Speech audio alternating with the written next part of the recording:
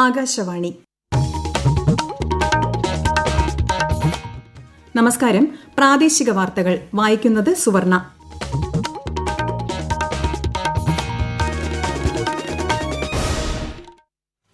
പ്രധാന വാർത്തകൾ. രാജ്യവികസനത്തിൽ യുവജനങ്ങളുടെ പങ്കാളിത്തം പ്രധാനമാണെന്ന് പ്രധാനമന്ത്രി നരേന്ദ്രമോദി. ക്രിസ്മസിനോടനുബന്ധിച്ച് വസതിയിൽ സംഘടിപ്പിച്ച വിരുന്നിൽ സംസാരിക്കുകയായിരുന്നു പ്രധാനമന്ത്രി. ലോകം സംഘർഷങ്ങളിൽ ഉഴലുമ്പോൾ ഗുരുദേവ ദർശനങ്ങൾക്ക് കൂടുതൽ പ്രചാരം നൽകണമെന്ന് കേന്ദ്ര സഹമന്ത്രി വി മുരളീധരൻ. വാട്ടർ സ്പോർട്സിന്റെ സാധ്യതകളെ പ്രയോജനപ്പെടുത്തി കടൽ തീരങ്ങളുള്ള ജില്ലകളിൽ ഫ്ലോട്ടിംഗ് ബ്രിഡ്ജുകൾ നിർമ്മിക്കുമെന്ന് മന്ത്രി PA മുഹമ്മദ് റിയാസ്. മണ്ഡലപൂജയ്ക്ക് മുന്നോടിയായി ശബരിമലയിൽ വൻ ഭക്തജന തിരക്ക്. പ്രത്യേക സിറ്റിംഗ് നടത്തി ഹൈക്കോടതി. കേന്ദ്ര സർക്കാർ പദ്ധതികൾ ജനങ്ങളിൽ എത്തിക്കുന്ന വികസിത് ഭാരത് സങ്കല്പ് യാത്ര സംസ്ഥാനത്ത് നാളെ പുനരാരംഭിക്കും. ഇന്ത്യ ദക്ഷിണാഫ്രിക്ക ടെസ്റ്റ് പരമ്പരയിലെ ആദ്യ മത്സരത്തിന് നാളെ ദക്ഷിണാഫ്രിക്കയിലെ സെഞ്ചുറിയനിൽ തുടക്കം. വാർത്തകൾ വിശദമായി. രാജ്യവികസനത്തിൽ യുവജനങ്ങളുടെ പങ്കാളിത്തം പ്രധാനമാണെന്ന് പ്രധാനമന്ത്രി നരേന്ദ്രമോദി. 2047ഓടെ വികസിത ഇന്ത്യ എന്ന ലക്ഷ്യം മുൻനിർത്തിയാണ് സർക്കാർ പ്രവർത്തിക്കുന്നത്. ക്രിസ്മസിനോടനുബന്ധിച്ച് പ്രധാനമന്ത്രിയുടെ വസതിയിൽ സംഘടിപ്പിച്ച വിരുന്നിൽ ക്രൈസ്തവ വിശ്വാസികളുമായി സംസാരിക്കുകയായിരുന്നു അദ്ദേഹം. വികസനം എല്ലാവരിലേക്കും എത്തുന്നുവെന്ന് കേന്ദ്ര സർക്കാർ ഉറപ്പാക്കുന്നുണ്ടെന്ന് പ്രധാനമന്ത്രി വ്യക്തമാക്കി. യേശുക്രിസ്തുവിന്റെ ജീവിത സന്ദേശവും മൂല്യങ്ങളും ഓർമ്മിക്കാനുള്ള ദിവസം കൂടിയാണിതെന്നും പ്രധാനമന്ത്രി പറഞ്ഞു. ക്രൈസ്തവ സമൂഹത്തിലെ നിരവധി നേതാക്കൾ സ്വാതന്ത്ര്യ സമരത്തിൽ വലിയ പങ്കുവഹിച്ചതും ശ്രീ മോദി ചൂണ്ടിക്കാട്ടി. സമൂഹത്തിന് നേരായ വഴി കാട്ടാനും ഇവർ മുന്നിലുണ്ടായിരുന്നുവെന്ന് പ്രധാനമന്ത്രി പറഞ്ഞു. തിരുപ്പിറവിയുടെ സ്മരണ പുതുക്കി ലോകമെമ്പാടും വിശ്വാസികൾ. ദേവാലയങ്ങളിൽ പാതിരാ കുർബാനയും പ്രത്യേക പ്രാർത്ഥനകളും നടന്നു. കേരളത്തിലും വിശ്വാസികൾ ആവേശപൂർവ്വം ക്രിസ്തുമസ് ആഘോഷിക്കുകയാണ്. ശിവഗിരി തീർത്ഥാടനം ആധ്യാത്മികതയ്ക്കും ഭൌതികതയ്ക്കും തുല്യ പ്രാധാന്യം നൽകുന്നുവെന്ന് കേന്ദ്ര സഹമന്ത്രി വി മുരളീധരൻ.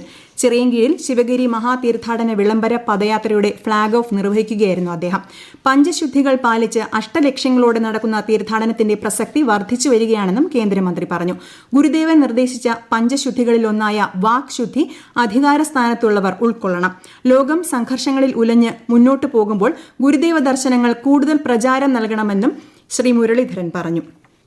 ശ്രീനാരായണ ഗുരുദേവൻ വിഭാവനം ചെയ്ത ആലുവ സർവമത സമ്മേളനത്തിന്റെ ശതാബ്ദി ആഘോഷം നാളെ വർക്കല ശിവഗിരിയിൽ നടക്കും. രാവിലെ 11-ന് മുൻ രാഷ്ട്രപതി രാംനാഥ് കോവിന്ദ് സമ്മേളനം ഉദ്ഘാടനം ചെയ്യും. ശ്രീനാരായണ ധർമ്മസംഘം പ്രസിഡന്റ് സ്വാമി സച്ചിദാനന്ദ അധ്യക്ഷത വഹിക്കും.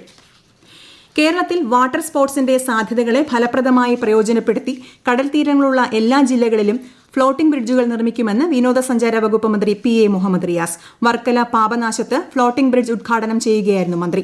ബീച്ച് ടൂറിസം കേരളത്തിൽ വ്യാപിപ്പിക്കുമെന്നും വാട്ടർ സ്പോർട്സിനായി ഗോവയെയും തായ്ലൻഡിനെയും ഒക്കെ ആശ്രയിക്കുന്ന മലയാളികൾക്ക് സ്വന്തം നാട്ടിൽ ഇത്തരം സാധ്യതകളെ പ്രയോജനപ്പെടുത്തുകയാണ് പദ്ധതിയുടെ ലക്ഷ്യമെന്നും മന്ത്രി പറഞ്ഞു.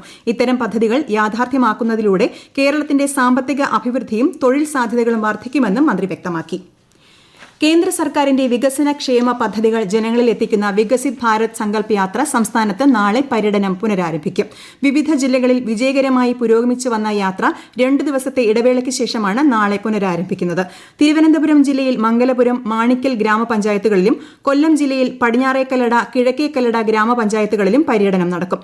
പത്തനംതിട്ട ജില്ലയിൽ നാളെ റാന്നി, അങ്ങാടി ഗ്രാമപഞ്ചായത്തുകളിൽ യാത്രയെത്തും. കോട്ടയം ജില്ലയിൽ തിടനാട്, പൂഞ്ഞാർ തെക്കേക്കര, ഇടുക്കിയിൽ മറയൂർ, എറണാകുളത്ത് പാമ്പാക്കുട, തിരുമാറാടി, പാലക്കാട് നെല്ലിയാമ്പതി ഗ്രാമപഞ്ചായത്തുകളിലും പാലക്കാട് ചെർപ്പുളശ്ശേരി നഗരസഭകളിലുമാണ് പര്യടനം.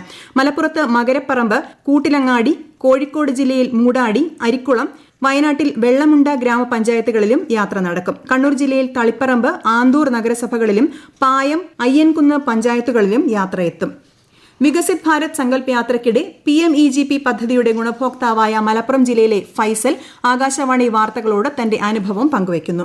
10 ലക്ഷം രൂപ ലോൺ എടുത്തുകൊണ്ട് ഇവന്റ് ഫീൽഡിലേക്ക് കടക്കാൻ ഞാൻ കാരണം ഈ സ്കീമാണ്. പ്രധാനമന്ത്രിയുടെ 30% സബ്സിഡി ഉള്ള ലോണ് നമുക്ക് ലഭിക്കുന്നുണ്ട് എന്ന് അറിഞ്ഞപ്പോൾ സംരംഭകർക്ക് ഇതൊരു ആശ്വാസമാകും എന്നുള്ളത് മനസ്സിലാക്കിക്കൊണ്ട് തന്നെ ഞാൻ ഈ സ്കീമിലേക്ക് അപേക്ഷ നൽകുകയും പെട്ടെന്ന് തന്നെ ആ സ്കീം നമുക്ക് ലഭിക്കുകയും ഇപ്പോൾ നല്ല രീതിയിൽ പ്രൊജക്റ്റ് നടപ്പിലാക്കി വിജയിച്ചു വരികയാണ്. കൃത്യമായി അടവും ഒക്കെ ഞാൻ നടക്കുന്നുണ്ട്. ഇത് പുതിയ സംരംഭകർക്ക് നല്ലൊരു സ്കീമാണ്. ഇടുക്കി തൊമ്മൻകുത്ത് പുഴയിൽ 2 യുവാക്കൾ മുങ്ങിമരിച്ചു. പൈങ്ങോട്ടൂർ വാഴക്കാല ഒറ്റപ്ലാക്കൽ മോസിസ് ഐസക്, ചീങ്കൽ സിറ്റി താന്നിവിള ബ്ലസൻ സാജൻ എന്നിവരാണ് മരിച്ചത്. കുടുംബാംഗങ്ങളുമൊത്ത് ക്രിസ്മസ് ആഘോഷത്തിനെത്തിയതായിരുന്നു ഇരുവരും. പുഴയിലെ മുസ്ലിം പള്ളിക്ക് സമീപത്തെ കടവിൽ കുളിക്കാനിറങ്ങിയപ്പോഴായിരുന്നു അപകടം. ഓടിയെത്തിയ നാട്ടുകാർ ഇരുവരെയും മുങ്ങിയെടുത്ത് സമീപത്തെ ആശുപത്രിയിൽ എത്തിച്ചെങ്കിലും ജീവൻ രക്ഷിക്കാനായില്ല. ഈ വാർത്തകൾ ആകാശവാണിയിൽ നിന്ന്. ശബരിമലയിൽ തിരക്ക് വർദ്ധിച്ചതോടെ ഇടത്താവളങ്ങളിലും മറ്റും തീർത്ഥാടകർക്കുണ്ടാകുന്ന ബുദ്ധിമുട്ട് കണക്കിലെടുത്ത് അവധി ദിവസമായ ഇന്നും പ്രത്യേക സിറ്റിംഗ് നടത്തി ഹൈക്കോടതി. മണിക്കൂറുകൾ പോലീസിന്റെ നിയന്ത്രണത്തിൽ കഴിയുന്ന ഭക്തർക്ക് ഭക്ഷണവും കുടിവെള്ളവും ലഭ്യമാക്കണമെന്നും വേണ്ടിവന്നാൽ പോലീസ് മേധാവി നേരിട്ടെത്തി തിരക്ക് നിയന്ത്രിക്കണമെന്നും കോടതി നിർദ്ദേശം നൽകി. വെർച്വൽ ക്യൂവോ സ്പോട്ട് ബുക്കിംഗോ നടത്താതെ ഭക്തരെത്തുന്നത് തടയാൻ എന്താണ് ചെയ്യാനാകുക എന്നും സർക്കാരിനോട് കോടതി ആരാഞ്ഞു. പമ്പയിൽ നിന്ന് സന്നിധാനത്തെത്താൻ ഇന്നലെ മുതൽ 15 മണിക്കൂറിലധികം ക്യൂ നിന്നാണ് തീർത്ഥാടകർ ദർശനം നടത്തുന്നത്.